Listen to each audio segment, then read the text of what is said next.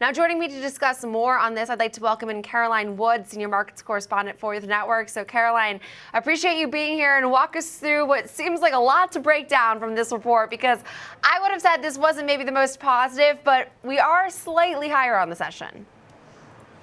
Hey there, Jenny. Yes, definitely better than Estée Lauder actually started the day with. It was a red arrows in response to this report, despite the fact that it was a beat on both the top and bottom line. But the stock has staged a bit of a turnaround here, and shares are up about 0.25%. And that's despite the fact that, yes, there was a CEO shakeup, but also that guidance was disappointing. The CEO himself called the outlook for the year disappointing. So it seems like investors might be forgiving that just a bit, but keep in mind, shares are still down about 4% in August and down 35% year to date. So maybe some of that disappointment was already priced in. In terms of the Q4 numbers, adjusted EPS of 64 cents easily topped the 25 cents analysts were expecting. Revenue rose 7% to $3.87 billion. That also came in better than analysts were expecting. They were looking for $3.83 billion.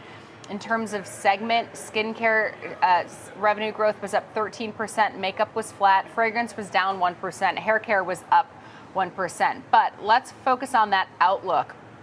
They talked about a disappointing year ahead, cautioned about sales under pressure, due in part to persistent weak sentiment among Chinese consumers. Pointed to China, which was really once a key growth market for Estée Lauder, as a kind of, a key issue for them right now. Also noted that it anticipates a more tempered performance in the makeup industry, once again due in part to the China business. So for the first quarter, offered EPS range between 1 cent and 9 cents. Wall Street was looking for 62 cents, so big disappointment there. And then net sales are expected to decline 3 to 5%. That's for the first quarter, the current quarter. And then for the fiscal year 2025, Estée Lauder said it expects adjusted earnings of $275 to $295. Analysts were looking for $397, and then sales in 2025 are expected to decrease 1% to an increase of 2%. Analysts were looking for an increase of 6% for fiscal year 2025 sales. So a disappointment there. The CEO of the company, who is, as you noted, stepping aside in about a year, Fabrizio Freda, said, while our sales and profit outlook for fiscal 2025 are disappointing, this year we will make important strides as we implement our strategy reset to continue rebalancing regional growth, deliver improved annual profitability, and strengthen go-to-market and innovation capabilities to elevate our execution in response to a more competitive market. So CEO Fabrizio Freda said he plans to retire at the end of fiscal year 2025 after 16 years in the job. This comes just a month after the CFO stepped aside after about a 12-year stint with the company. So a lot of executive shakeups at Estée Lauder, not necessarily impacting shares today, though, up about 0.3%. Yeah, nice intraday turnaround for the stock. I know you always got your ear to the analyst beat. Anything interesting from some of the analysts that cover this stock? More so commentary than actual changes. I did see that Piper Sandler cut their price target to $95 a share from $108, kept a neutral rating. That's now the lowest price target on the street that I could see. But in terms of some of the commentary that I saw, Oppenheimer was actually encouraged by that realistic guide, saying that they're now focused on efforts to drive a stronger recovery in fiscal year 2026. So appreciated the fact that it's realistic. Maybe, setting a lower bar means that they can actually beat that. Stifel said, we think Lauder is losing share across many categories and geographies despite a strong collection of brands. They did talk about the competitive marketplace. Kept a buy rating on shares, though. And then Telsey said they're not surprised by the announcement of the CEO transition, saying as the company maneuvers a difficult global environment, particularly China, and given the recent CFO transition announcement as well. So they're sticking with a market perform rating.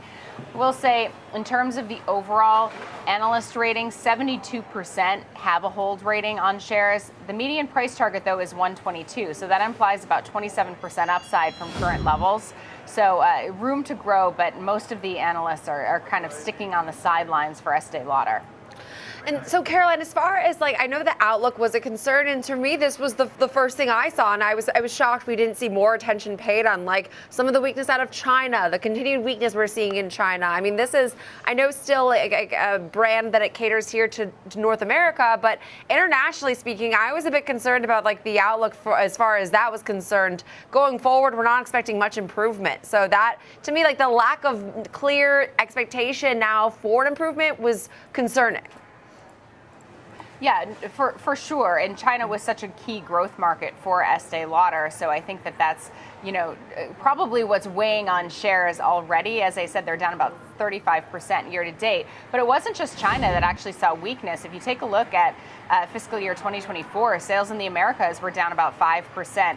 And that's due to declines in department store sales. If you think about where you previously might have gotten Estée Lauder, likely at a department store, also just pointed to tough competition and then the overall slowdown in sales of the prestige beauty products in North America. So, I mean, there's definitely weakness. There was weakness in the Americas as well. It seems like from some of the commentary on the call, though, that they're expecting growth to return to other markets. I know EMEA was a growth market, but it seems like they're more optimistic about U.S. sales. But China is going to continue to be a weak link. And when that's a big part of your business, obviously that's going to weigh on the overall outlook there, which is why they're forecasting a potential sales decline for the full year. Right. And I think I'm just surprised that wasn't paid more attention to, but I guess I'm not mad about the fact that we are at least trying to hold on to a modest gain. I cannot say rally, but modest gain on the session. But I appreciate the breakdown. Caroline Wood, senior markets correspondent, always great insight.